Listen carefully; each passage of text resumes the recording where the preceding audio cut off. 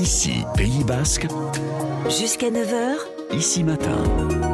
Et on va revenir sur l'arrêt de la 2G et de la 3G chez nous. Emmanuel Danciart, bonjour. Bonjour Stéphane. Je rappelle que vous êtes directeur de la fibre 64. Expliquez-nous, qu'est-ce que c'est en fait la 2G ou la 3G ? Alors en 50 ans, la téléphonie mobile a énormément progressé au gré des avancées technologiques. Aujourd'hui, nous disposons principalement des services dits de 4e et de 5e génération. C'est la 4G et la 5G. Avant cela, la 2G et la 3G sont les services qui les ont précédés. La 2G est arrivée dans les années 90 et la 3G au début des années 2000.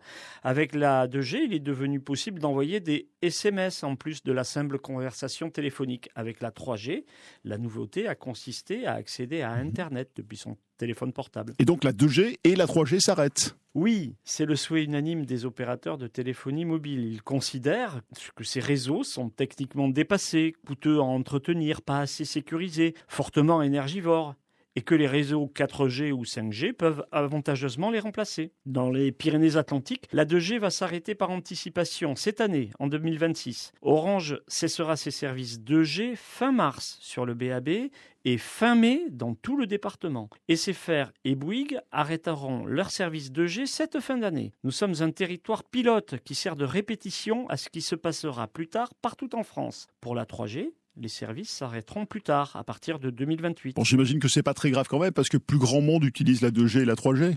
Alors détrompez-vous, en France, il reste 3 millions d'appareils qui restent connectés en 2G et autant en 3G. Dans les Pyrénées-Atlantiques, cela doit représenter 25 à 30 000 appareils. Par contre, ils sont peu visibles, car ce sont souvent des équipements qui servent pour la télésurveillance et les systèmes d'alarme des bâtiments, les équipements médicaux connectés, les ascenseurs, les automates de gestion des réseaux d'eau potable, de l'assainissement. Certaines voitures également utilisent la 2G ou la 3G en cas de besoin d'assistance. Alors que faut-il faire ? Déjà, il faut se poser la question de savoir si cet arrêt vous impacte. En tant que particulier, vérifiez que vos appareils individuels connectés ne s'appuient pas sur une connexion 2G ou 3G et interrogez votre fournisseur au cas où. De même, si vous habitez dans une résidence, vérifiez que la copropriété ou le syndic se sont assurés de la modernisation des équipements, comme pour les ascenseurs ou les alarmes.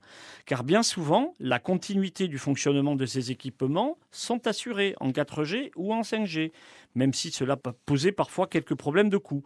Sans cela, le fonctionnement de ces équipements sera réduit, voire rendu inopérant. Ça veut dire, Emmanuel, qu'on pourrait potentiellement avoir quelques mauvaises surprises ?